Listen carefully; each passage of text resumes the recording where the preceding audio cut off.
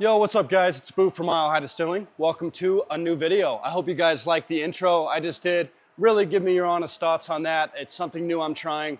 I'm always sort of trying to do things for this channel to upgrade, increase our quality, increase our engagement with you guys, really keep people interested throughout the whole video. And furthermore from that, I really want to, of course, continue to grow the channel.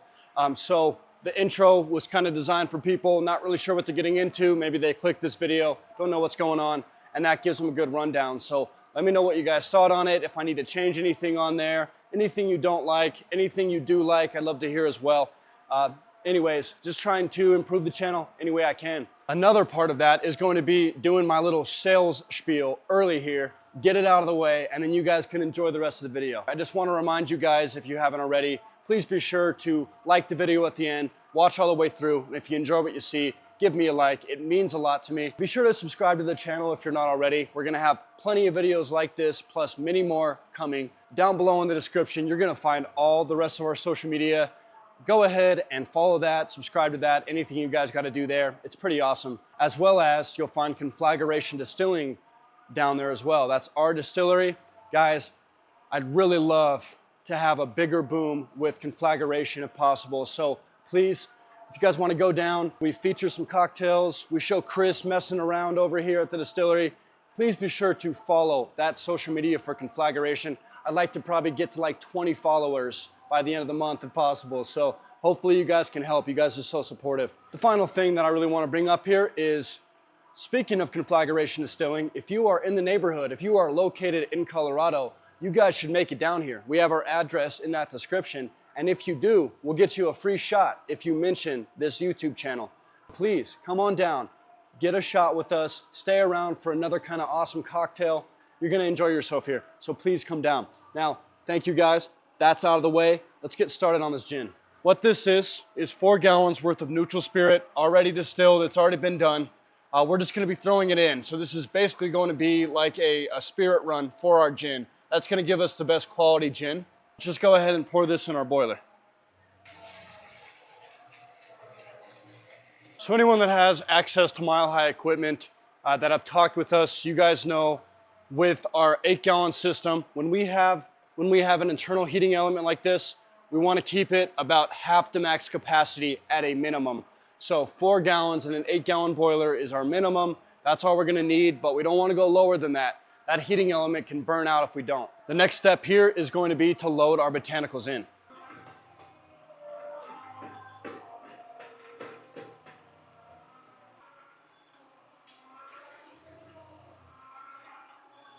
So as the title says, we're making a Christmas gin today. Gin is not everyone's favorites. There are people that won't touch gin. I will say with gin, there is hundreds of different blends, botanical blends that you can put into a gin, and it completely changes how that gin comes out. So people that don't like gin usually just don't like the pine sol smelling and tasting gin that they're used to in their parents' liquor cabinet when they were 14.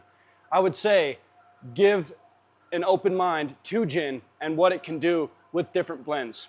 So today we're doing a Christmas gin with Christmas themed botanicals, as much as we really could think of. So what we have in here is dried cranberries. We have some dried peppermint leaves. We have some lavender. We have some juniper berries, of course, because that makes up our gin. We have dried elderberries. We're gonna have a cinnamon stick in there, and then we're gonna have some orange peel as well. Down below in the description, you're gonna find a complete list of the quantities of botanicals that we use, as well as all that list of ingredients. But I'm also just gonna tell you here now, we're at 87 grams of juniper berries. That's about 3 ounces. We're at 9 grams of sweet orange peel. That's about 0.3 ounces. We're at 40 grams of dried peppermint leaves. That's about 1.5 ounces. 40 grams of lavender, again, 1.5 ounces. We're at 227 grams worth of crushed, dried, sweetened cranberries. That's about 8 ounces worth. We have 1 cinnamon stick. That's just 1 because that's a very powerful ingredient. We didn't even like break it up or anything. It's just a full cinnamon stick. And we have 25 grams worth of elderflower. That's about 0.9 ounces. So that's what we're working with. Take a look at this setup too. This is a cool setup. We're gonna have 3 sight glasses. 2 of these are gonna be our gin baskets. And then we're just wanting to see what goes on. So we're gonna keep this other one here, followed by that condenser with parrot attached. So we're gonna have some real-time proof readings as well for the gin. I will say, just in the smelling of the botanicals before they actually went in, man, I think we nailed Christmas pretty hard. It's got a really nice blend. I'm really excited to see how it comes out. And given the fact that, again, we're not working with a fermentation, this has already been distilled in this boiler, so we're coming through a second time. That's all the better. I think this gin is gonna be very nice. Man, so we have started. Here's gonna be our heads. Now this is a small amount because remember, this was a pre-distilled neutral spirit that we're running through here. So we don't have as much heads as we would in like a regular fermentation, but there is some left over. It's impossible to eliminate all traces of heads. Any spirit on the liquor store that you'll find will have trace amounts of methanol. It's extremely hard in the composition of what a still is doing. In fact, almost impossible, I would say, to eliminate heads. Just the nature of distilling. So we're still gonna take a little bit out. As far as the smells here, Chris agrees, that is smelling amazing. That is going to be a phenomenal gin. We're pumping through into a collection vessel right now. This is gonna be our hearts. I wanna go ahead and take a shot now and let's get a good base flavor going on.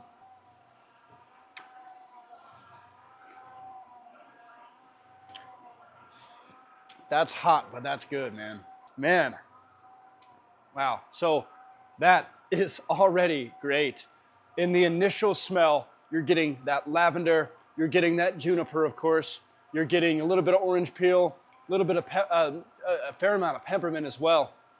And then in the taste, you get lavender, you get some orange in there, and then we have that peppermint just hit us. It's refreshing. It's like chewing on a stick of gum, but it's not, it's not overbearing, but it definitely coats. You definitely feel that as it goes down, kind of cleanses everything. All in all, really good. Cranberries, not so much, but I think that's a harder flavor to bring over when it's competing with the types of flavors we have in here. It's hard to compare cranberries to cinnamon, orange, peppermint. I mean, so that's a given. Of course, since we always have a third chamber here unfilled, we have room. If we wanted to add more, we totally could, but I think we need to play the game. Chris, do you agree? We just need to let it go, let it do its thing.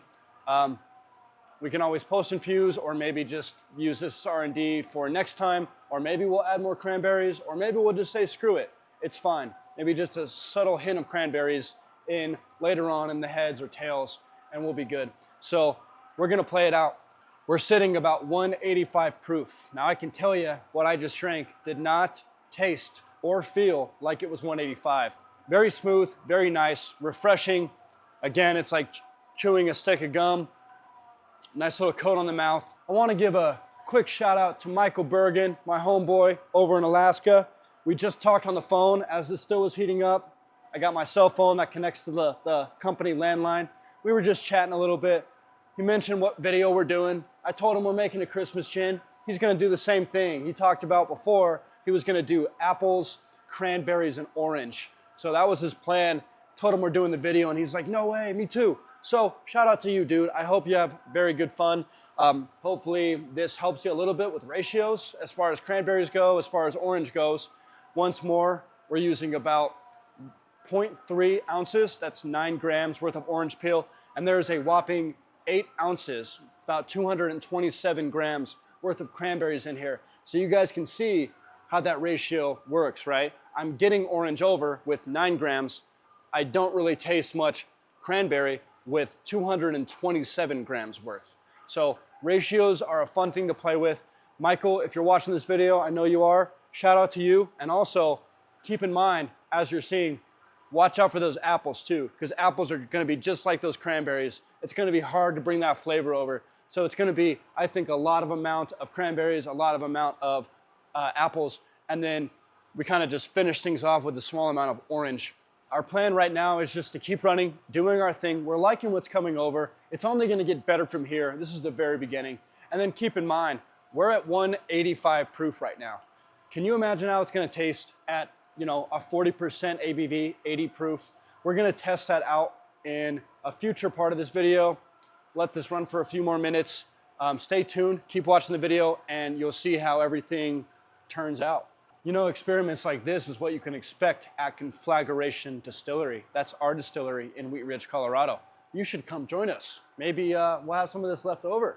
Maybe you want to try yourself. You can use a free shot token on it. Keep it in mind.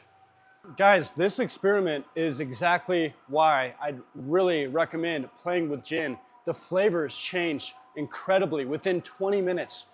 We've been sitting here running the still for 15 minutes, and our initial taste tests are completely different from what's coming out now. We're getting still that peppermint, definitely, but that lavender is coming through a whole hell of a lot more. Now in the smell, we're getting that orange more, we're getting lavender more. That juniper seems to have mellowed out, which to me is a good thing. I don't like a super juniper gin, so that seems to go away from the smell a little bit. It's being taken over by that, more than anything, lavender. And of course, peppermint. And once more in that taste, peppermint comes through awesome. That orange is complementing the lavender very well, which sort of seems like a weird combo, but you get lavender, you get orange, you get touches of juniper, you get that peppermint over. As far as elderflower goes, I don't get much, and as far as cranberry goes, I'm not getting much still, but only time will tell. If it's changed that much in 15 minutes, imagine when we're 1 hour in the run. Let's keep going. So as we continue, again, we're cultivating that spirit. It's coming more and more together. I can't wait to try it at 80 proof. It's gonna be phenomenal. We're now getting those hints of elder coming over. Chris says we have a hint of cranberry in there. I'm really not the best when it comes to smells and tastes. I don't quite get that, but again, my palate is really not as good as it could be. Chris has done this for a living for decades. He knows what he's doing. He's able to smell. I don't quite have that yet. So I'm not getting that, but again, it's so subtle. But everything else is coming together, and I have hope that those cranberries will hit, especially in the tails. Once we start getting into like the hexylbutyrate, the lower boiling esters that come through in the tails, I think we'll probably start noticing that a bit more. I'm hoping, right? Because a lot of tails give a lot of fruity notes. So hopefully we'll see that. I will say, I think it's the perfect amount of lavender that Chris put in. Quick shout out to Chris. He created this whole recipe.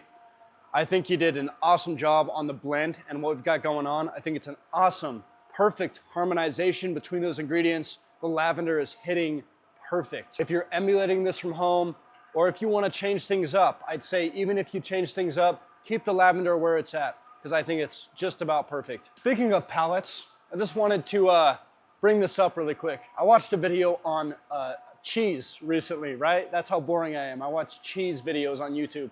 And there was this cheesemonger that was comparing 1 year old aged cheese to 15-year cheese. He had 1, 3, 5 years, 7, 10, and 15 years aged.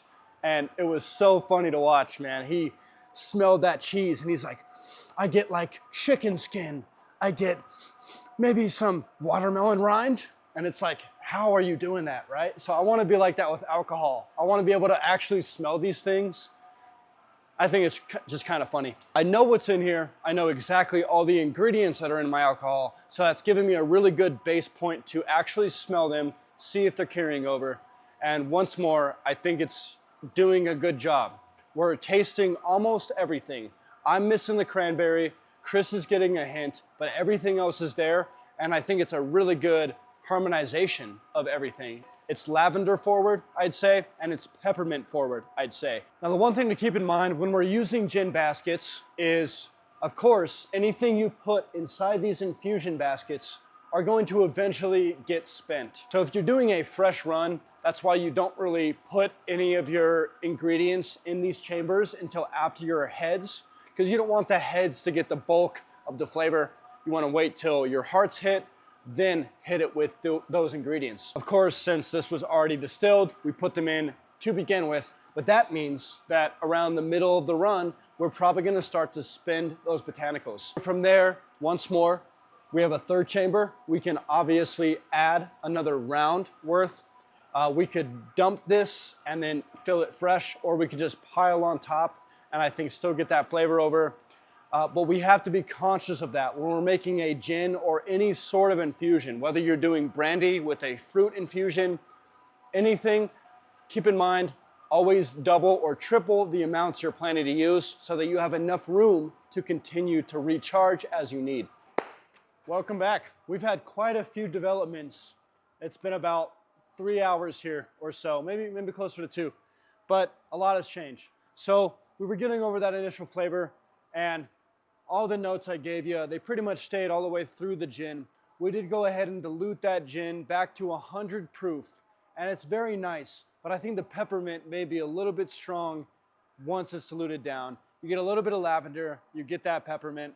I'm not really getting much of everything else. So what we've done is, because our botanicals were beginning to lose their oomph, you know, we went ahead and added a bunch of fresh lavender and cranberries. Only lavender and cranberries, no more juniper, no more anything else. And we're just seeing really what that would do just by itself. And then I think what the plan is to take those two ingredients, and once we've distilled out, we're going to add it to what we have now with our gin that's full of peppermint. And hopefully that will dilute the peppermint a bit. We'll get that lavender carrying over, and hopefully more cranberries, which is kind of the point, right? We're trying to make a Christmas style gin. Cranberries fits in that perfect. Obviously, so does that peppermint. So we have the peppermint. We need to try to get the cranberries in there. While we're waiting, guys, this is 100 proof gin. We've diluted down. Instead of 80, we did 100. And I think now it's shot time. So you guys know the gist. If you're new to this channel, this is our shot time. Anyone who's been around, they probably already have their glass ready. I think now is a perfect cheers to you guys. Want to thank you so very much for watching, like always. All your support, all your awesome comments, all these wonderful customers and watchers and supporters we have. It really brightens my day. So thank you guys so much. I really hope you have a Merry Christmas. And this is cheers to just warmth and happiness and family this holiday season. Cheers, boys and girls. Cheers. Yeah, I mean, that's a wonderful gin. I don't want you guys to get me wrong, okay? I love what's coming out. It has that nice little lavender back. It's got that forward peppermint that just sort of refreshes the whole palate. I think it's there, but it just wouldn't be bad to have more cranberry. That's all I'm trying to say. I think the run's about done. I think we're gonna cut it pretty shortly. So let's see what we can do in the next 20 minutes. All in all, I would go ahead and try this recipe, guys. If you have access to these ingredients, or you want to play around with these ingredients, you know, do different quantities or try different things. Maybe you want some rose hips in there. Maybe you want some coriander seed. Try it out. Have some fun with it.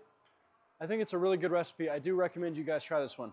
Now, I know I didn't mention what we did in this second chamber filled with botanicals was 2 ounces of lavender, which is a hell of a lot, plus a full 16 ounces. That is a pound worth of cranberries in this second chamber. So cranberries are a hard one. I almost feel like that's a botanical you bring in post-infusion after you distill. Maybe let them sit with some cranberries in there. That'd be maybe a way to bring over more flavor in those. But all in all, aside from that, I think we've kind of nailed the flavor. Thanks once more to Chris, our head distiller over here at Conflagration. Great job on the blend. Hope you guys try this. Description down below is gonna have all our ingredients. Guys, Merry Christmas to y'all, okay? We're heading into Christmas. I don't know if we'll have a video next week because of the short week, but regardless, take care. Thank you guys for watching. Appreciate you. Bye, guys.